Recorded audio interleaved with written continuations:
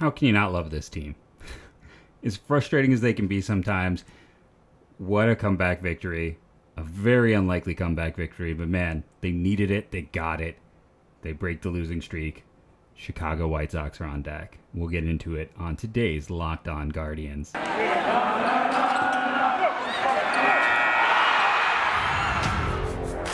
You are Locked On Guardians, your daily podcast on the Cleveland Guardians, part of the Locked On Podcast Network, your team every day.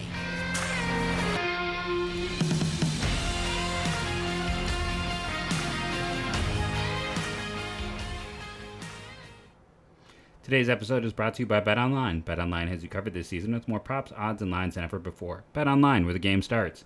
I am Jeff Ellis, the host of Locked On Guardians. I just did a crossover for recording in the middle of this win, by the way, with Sully from Locked On MLB and Ulysses from Locked On Rays. It is a long one. It is it's like over 40 minutes. I'm going to post it tomorrow because it's more... We do talk some about the score and the Guardians comeback, and you can see me doing a little fist bump when the Guardians take the lead. But it's kind of more of an open, free-flow chat, and I think it can go any day. And I wanted to talk about the win today because what a win. I also want to say I am Jeff Ellis, host of Locked On Guardians, if you didn't know. Have been here since the beginning, before that draft and prospect analyst, writer, now podcaster. And I want to thank you for making Locked On Guardians your first listen today and every day, wherever it is you get podcasts. I have had a lot of angry people over the past 24 hours. For whatever reason, listen, I am not the biggest Tito supporter, and I get that, and people love him, but it's always weird to me how he is untouchable. And listen, he's not a bad manager. I just... my general view on things is I have a very analytical bend, and I sometimes feel like numbers are ignored that could be very helpful for this team in general. I see across the board, it's kind of funny, like those very happy episodes from last week, we're getting 300, 400, 500 subscribers. Now it's low 200s, which is still really good compared to most shows. But I do understand that we're definitely going to live and die with this team performing well on the daily. I'm just going to start doing this because it's the big push to 1,000. We're up to 527 for our subscribers. People keep saying the Guardian day, so I want to give a big thank you to everyone doing that. Should we start with my rant? Is this just going to become part of the show? Do people like the rant? Do they hate the rant? Let me know. I can always adapt and change depending on your view of the rant. My rant today is lineup construction. And this whole weirdness where we seem to be ignoring reverse platoon splits. So tonight's lineup, if we just did this year's runs created plus against a left-handed pitcher, Kwan 81, Rosario 148, Ramirez 108, Oscar Gonzalez 102, Naylor 67, Miller 69, Jimenez 129, Maile 73, Straw 66. It's no coincidence that Miller didn't get a hit till a righty came in. He's got a runs created plus of a 92 against a righty. If he's going to platoon, he should be a platoon hitter only versus righties, not lefties. But the problem is this team has so many lefty bats, and this is where what really hurts this team with Franmil falling apart. They needed Franmil. That's part of the reason that Oscar Gonzalez is so incredibly valuable, is there's just very much a lack of right-handed hitting. It's why if I had been smarter, I would have really sat back and been like, Rosario is untradeable. They need him to help balance this lineup. He is the best hitter against lefties they have. But, hitting Jimenez 7th that's my rant. He should never hit 7th. He should be hitting no worse than 5th in any lineup. No worse than 5th. I have a hard time thinking he should bat worse than 4th, if I'm being honest. And it was weird because, I tweeted this out, and I tweeted about, the Owen Miller situation, and then people took a victory lap because Miller got a hit. He got a hit off a righty in the 9th. It wasn't against a lefty. My point is being made by this. Jimenez continues. It is funny that he struggled enough that in the 9th he recorded 2 of the 3 outs. He is now down to 11th in the league in runs created plus before the start of today's game. Jose Ramirez is 12th, so they're back to back, but still really impressive year for him in general. Let's get into the good though. That's about as big as my rant is going to get on today's show. So the Guardians, I was a little concerned when they kept rolling out Quantrill, because after the fourth, where things got away from him, he kept getting nickeled and dimed, and I know they didn't want to go to the pen right away. But this was not, he didn't have it today. It was very clear, and it was just 6 innings, 5 hits, 4 runs, all earned, 2 walks, 2 strikeouts, the home run. 99 got into some trouble, and here's the thing, this is me, I was wrong when I was like, maybe he can do 2 innings, because, he got lucky. Can we talk about that? If we're going to complain about the umpires, we also have to say thank you, umpires, because Willie Castro, or was it Harold Castro? I think it was Willie Castro, had a reason to be pissed off.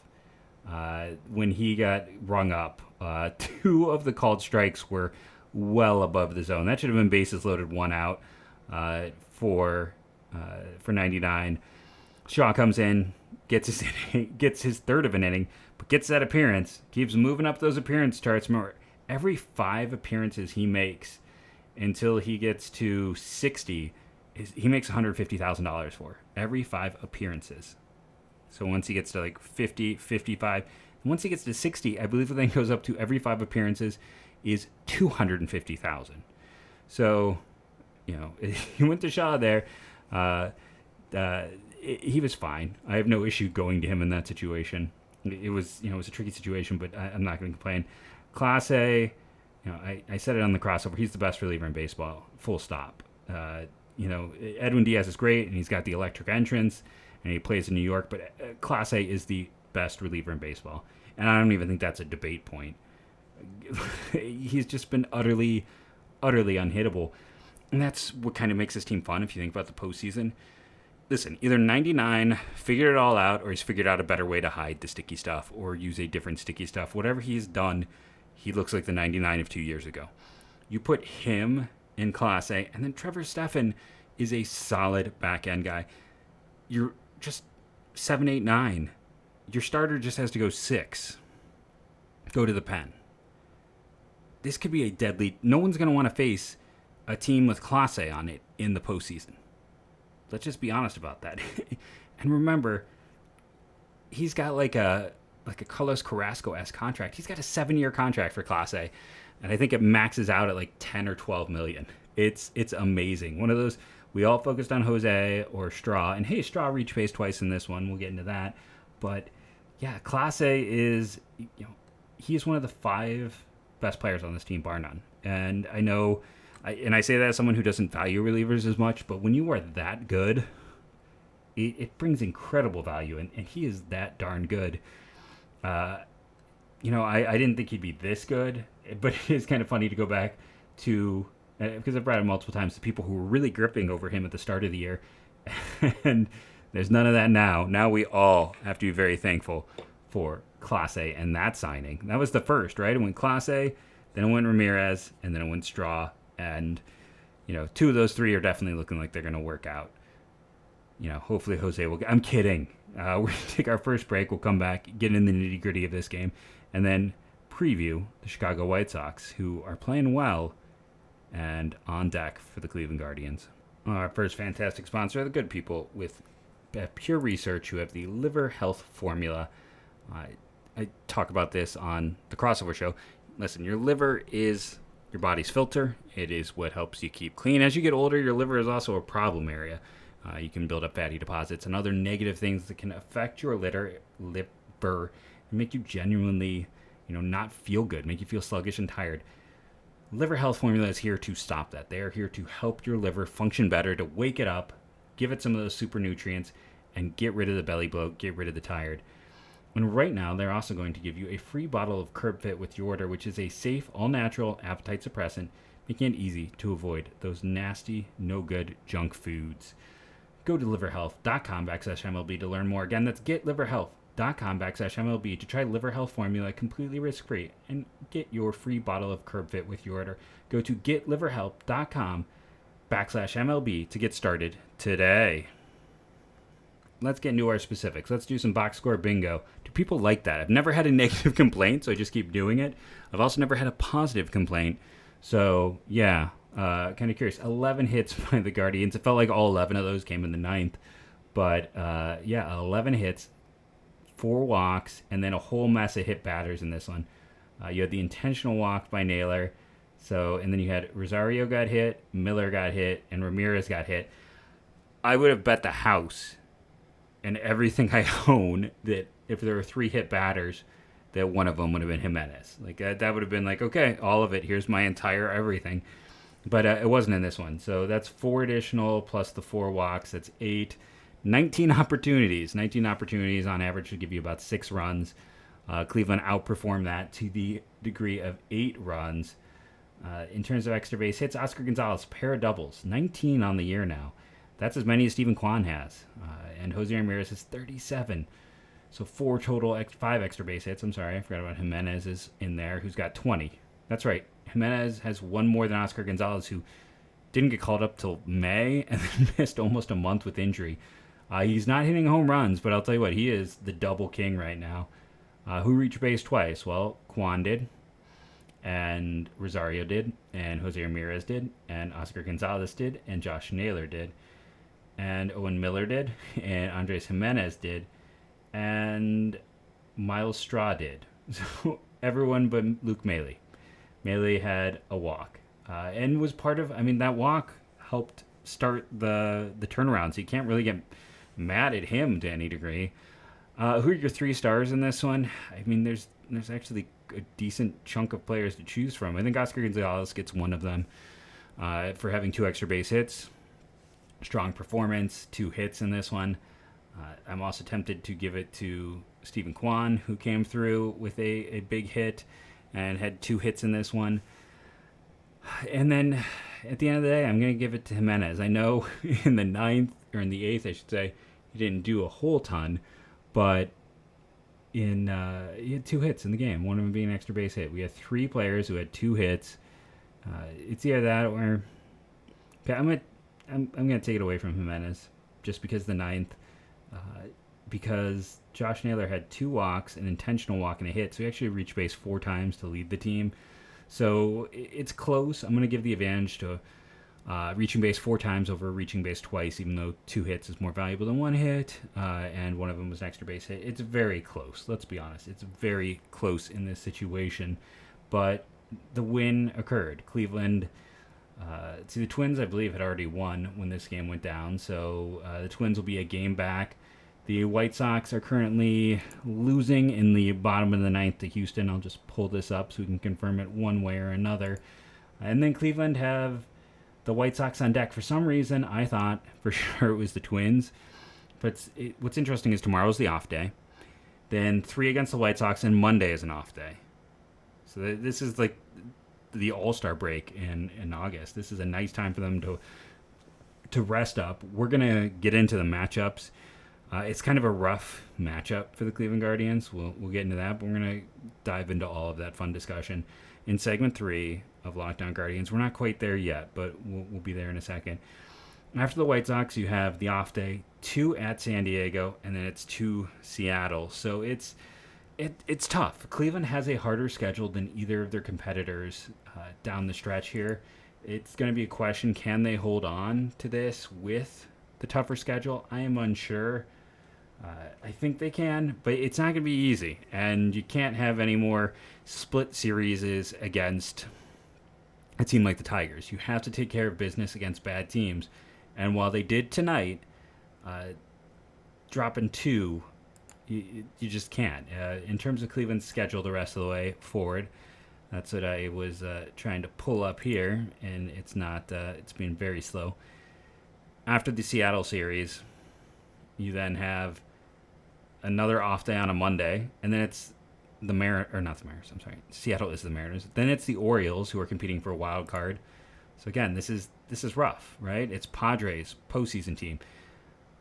Mariners, postseason team. Orioles, postseason team. Mariners, again, postseason team. Kansas City, so you get that there. You get an off day Thursday. The Twins you're competing with. Then you get the Angels, so another little break. Then 5 games against the Twins. Immediately followed by the White Sox. Immediately followed by the Rangers, who just have fired everyone, so that's at least a little bit of an abatement. Tampa for 3, because, those teams will be fighting each other potentially for the wild card. And you have a 1 game on the 30th against the Kansas City Royals.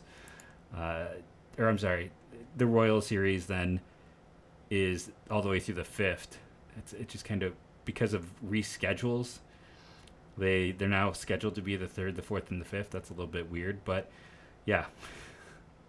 Through the 5th, you'll then end with the Royals for 6 games, and that's going to be their best chance to really try to push themselves forward. That's the thing, too. Like, they've had so many game reschedules, and 3 of those are reschedules towards the end here. Normally, everyone's season ends at the same time, so that's going to be interesting. I got to see how that's going to work for everyone else. I know we haven't talked postseason schedule, but I'm not going to jinx this team. I'm not going to talk postseason schedules right now unless people really want it. So, again, let me know if you want that over on the comments on YouTube or hit me up on Twitter at JeffMLBDraft. We're going to take a break, come back, and preview the White Sox series. One of the bigger series this team has frankly had in a while. Division rival fighting to try to overtake the first place Cleveland Guardians. And our next sponsor are the fantastic people over at BetOnline. Our second oldest sponsor is BetOnline, and they've got you covered. If I go there right now and I tell you, you can do casino games, racebook, poker, esports, contests, promos, sports side of things. Whatever it is you like, you're going to find it. If I'm just looking through, now the Guardians will play tomorrow, so there's no fun lines. But the White Sox do play tomorrow. They have a 1 o'clock game, Lucas Giolito versus Luis Garcia, and Houston is favored in that one. And an 8.5 over-under. With Giolito versus Garcia, man, I would think the under is the way to go. If that stands out to you, make sure to go over to BetOnline today, our official sponsor, sportsbook for the Locked On Network. That is BetOnline. They've got you covered. News, sports, podcasts, everything you can hope. I use them. I use them for information, right? I use it as an informational site. BetOnline. Go check it out for yourself today. Before we dive too deeply into the White Sox series, let me figure out how I want to have this mic here. We should comment that Jake Jewell was lost to the Minnesota Twins. We keep helping the Twins between the Leon deal and now Jake Jewell heading there. But, it is what it is when you're looking at these teams. But, yeah, Twins get a little bit better, get a little depth. The team that needs pitching gets it's hard to say they necessarily get better, but I think it is fair to say that they are a team that needs pitching, and you can understand why they'd claim Jake Jewell, because we talked about it. He's actually been pretty effective this year in AAA. Let's get into the preview. Starting out for the Cleveland Guardians, catcher Austin Hedges has actually not been terrible in the second half. It might be a surprise, but I believe he's got an 80 runs created plus in the second half. In terms of a catcher, that's actually not bad at all. Yasmani Grandal for the Chicago White Sox has not been the Yasmani Grandal of years past. So far this year for them, Reese McGuire has maybe even had more plate appearances. Too bright. Grandal is at a 69 runs created plus, and he's at a positive defensive value. I'm hesitant, but I want to call it a push. What's going on? A push at catcher, but Grandal has really struggled. Really struggled. Hedges, if you're curious, as a comparison point, Austin Hedges is currently, in terms of runs created plus. And why am I having such a hard time locating data? I might need to get my eyes rechecked. Hedges is at a 52, but he is a better defender. So yeah, it's a push. So moving on to first base. For the Chicago White Sox, Jose Abreu, free agent to be Jose Abreu, I believe, is going to be has been their primary first baseman. He played every game there this week. Over the course of this year, Jose Abreu has a 145 runs created plus. Cleveland's primary first baseman has been Owen Miller. Advantage White Sox. Let's just move it along. Second base, Andres Jimenez. The primary second baseman for the White Sox, I believe, is Josh Harrison. He's played there every day this week. Advantage Guardians. Moving on. Like those, you want to talk about two matchups that are very easy to pick and move.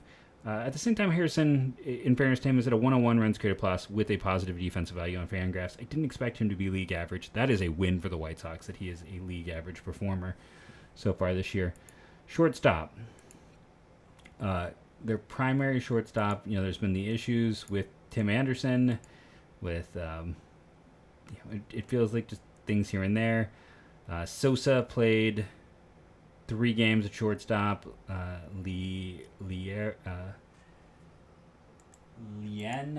Leanne Sosa. I am not as familiar with him, if I'm being honest. The performance isn't great. In 35 plate appearances, he's got a 0 runs created plus. Rosario's been great. I was wrong. He's been great. So that's advantage Cleveland. Gives him a 1-point advantage. Heading into third base, where you have Yoan Moncada and Jose Ramirez. Moncada has not been the guy he was in recent years. He is at a 65 runs created plus, solid defender. Even if Jose struggles, he's been about league average. So that is advantage Cleveland. 2-point advantage. Let's move to the outfield. Let's start in center field. Luis Robert has been a below average defender, but at 126 runs created plus, easy advantage to the White Sox. Moving on. Now I want to make sure I get the guys who are primarily playing left. For Cleveland, left is Stephen Kwan. For the White Sox, it is A.J. Pollock. Pollock has been bad. I actually liked that deal for them when it was made, but if I look, he's at 90 runs created plus isn't necessarily bad, but for the cost of him, it is. And coming off of last year, where it almost felt like service time or play time wasn't necessarily manipulated to ensure that his option he qualified for, but the Dodgers, it seemed like something you would want. This is advantage Cleveland. So Cleveland has a 2-point advantage. We move over to right field. Chicago's right fielder, what we're facing coming into this one. Andrew Vaughn is getting some in right field, and then so is Jimenez. I'm just seeing who Jimenez has. 3 games at DH. Vaughn has 2 games at DH. So we're going to consider Vaughn their right fielder. Oscar Gonzalez has been good.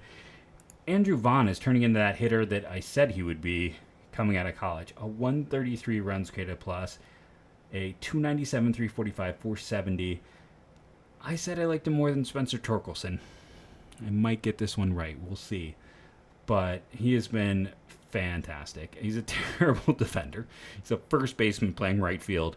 So there is that brings him down a bit, but it's advantage White Sox. So you have a 1-point advantage. Heading to DH, Jimenez versus Naylor. Josh Naylor over the course of this year. Why is this being so weird? He's got a 126 for Josh Naylor in terms of production. Jimenez is at a 129, so he's been a slightly better hitter. It's also interesting that Naylor's power, Jimenez is been more average. I think it's a wash, honestly, right now in terms of performance. So it gives Cleveland a 1-point advantage. This weekend, though, pitching staffs. McKenzie versus Lance Lynn. I want to say advantage Cleveland, but it's a very tight matchup. I need to actually see how Lance Lynn has been since his injury over the course of this year. I mean, he's only had 65 innings, but a 338 FIP. The performance is pretty solid. I know the ERA is a 5.62 or 4.27 FIP. The xFIP is high. The home run rate has been a bit of a killer. He's always been high on home run rate, but it's almost 2 right now. Yeah, it's advantage McKenzie. You see Lance Lynn and you tend to think Cueto, was a nice addition for them as a team. Just because you look at coming in this year, he's been worth 1.6, a 2.78 ERA, a 3.86 FIP. He doesn't miss bats. And it's interesting because his Guardians team is not one that strikes out a bunch. So I'm kind of curious to see this because is that advantageous for a Cueto? If you're someone who's not a strikeout pitcher, is that maybe advantageous when you face Cleveland because they are the hardest team to strike out in baseball? That makes this fascinating. I still think Bieber has the advantage, but Cueto is a 1-year scrap guy, has been great for the White Sox. And then Dylan Cease has been otherworldly. Sunday's game, I want no part of. Savali was great versus the Tigers, his best start of the year. If you've not been paying attention, Dylan Cease is already worth 3.5 WAR, 2.09 ERA, 286 FIP. Walks per 9 are a little high. This might be Cleveland's advantage, right? 3.91. He's at almost a 4. Strikeouts per 9 are at 12. So maybe, but I mean, even his BABIP doesn't show bad luck. He has just been dominant with a capital D. He's been their best pitcher. So in this series, you're hoping to win Friday, Saturday. You can't drop those because the White Sox are now, if I pull up, here's the standings. They're gaining that ground on Cleveland right now. They're currently, I believe, 1.5 back. No, two back in the division. You don't want to give anything away, so you need to win 2 of them. The Twins are just 1 game back. Now, bullpen wise, that's kind of the final comparison point, right? So if I go and I pull up Chicago's bullpen for the most, Cleveland, we've talked about it's actually a pretty solid bullpen, all things considered. Need to close a few of these tabs over here because I have too many things open at once. Liam Hendricks has been awesome. He's a top 5 reliever. Kendall Graveman, solid. Joe Kelly, inconsistent. Jake Diekman has been useful for them. Ronaldo Lopez has actually pitched better of late. I've always liked Jimmy Lambert. It's a solid pen, but right now I think Cleveland's got an advantage in terms of the back end. Just because of how good those... Sorry, I got to move around in my chair. Been sitting back-to-back podcasts, talking a bit long. When you're looking at what Cleveland has, their 7.89 is as good as anyone's. So Cleveland should have an advantage heading into the series. As for the White Sox, hand surgery, torn ligament for Tim Anderson. He's out. Leury Garcia, who's played a lot of games for them, out. Danny Medlock, out. Jonathan Stiver, who had lat surgery. In the bullpen, Bummer, Crick, and Crochet, all useful players for them, and all down. So they're hurting a little bit, and Cleveland really isn't. Like Cleveland's injury list right now is Cody Morris and Anthony Gose. I mean, Cleveland's been remarkably healthy this year. Like that's one of those things. They really have been extremely healthy. Like I said, right now with this team, they should take 2 out of 3. The game, now watch them somehow win Sunday and lose the Saturday game, which should be the one that they're most favored in. But yeah, it is a fun team, and there's no quit in them. And then, like I said, here's the crazy bit: it's the youngest team in baseball. Their high-end prospects haven't even hit yet. You got all these young kids coming up. They've got more depth than we know what to do with. Very quickly, I don't really have time. MLB.com dropped their top 100 list. We're going to save that for next week. Quick notes. Naylor and Bybee, big risers. So another place getting on the Bybee train. Arias, Tenya are dropping. Burns, those are the big 3 drops. Will Brennan, no love. He kind of stayed just about where he is. It's interesting to see. It is fun. The depth in the system is unbelievable. I need to see. I'm going to pause here to see if Bybee made the top 100 prospects. It is an interesting switch. Remember how Cleveland has 9 top 100 prospects. The re-rack took him down to 5. It dropped off guys like Nolan Jones who just weren't getting opportunities, and some of those other ones. So no Bybee. You get Espino, Valera, Williams, and Rocchio. So it's all of a sudden only 5. They're no longer the team that has 9 guys in the ranks. And then those are Cleveland's top 5 prospects. Nolan Jones is 6th. The latter 7. Bybee 8. 9 Logan Allen. 10 Tyler Freeman. 11 Arias. Angel Martinez. Xavier Curry. Justin Campbell. Cody Morris. Jake Fox. John Kenzie Noel. Jose Tenya. Tanner Burns. Petey Halpin. Then you got Will Brennan there at 21. Will Benson at 23. I'm not going to read the whole list, but almost. The other interesting names, Jacob Zibin, recent highly paid draft pick. At 30, Angel Genoa, who's in the rookie league, who is a shortstop who has played well. Parker Messick, also from this year's draft class, is in there. And then Jason Churio, whose brother Jackson is one of the biggest, most talked about prospects in all of baseball. The 17-year-old hasn't played much recently, is slotting in at 24. Joey Cantillo, favorite of the show, 25. Lavastida, 26. Yeah, we did almost the entire list, I know. Here's the one. So if I go through, who am I going to give the kiss of death to? Who am I going to be like, the one guy that I really don't, like most of these players, I'm like, okay, Angel Genoa wouldn't make mine, but that's just because of my own natural view that I don't put any player that I'm not super familiar with and who has not played above high A in a ranking. And number 2, Doug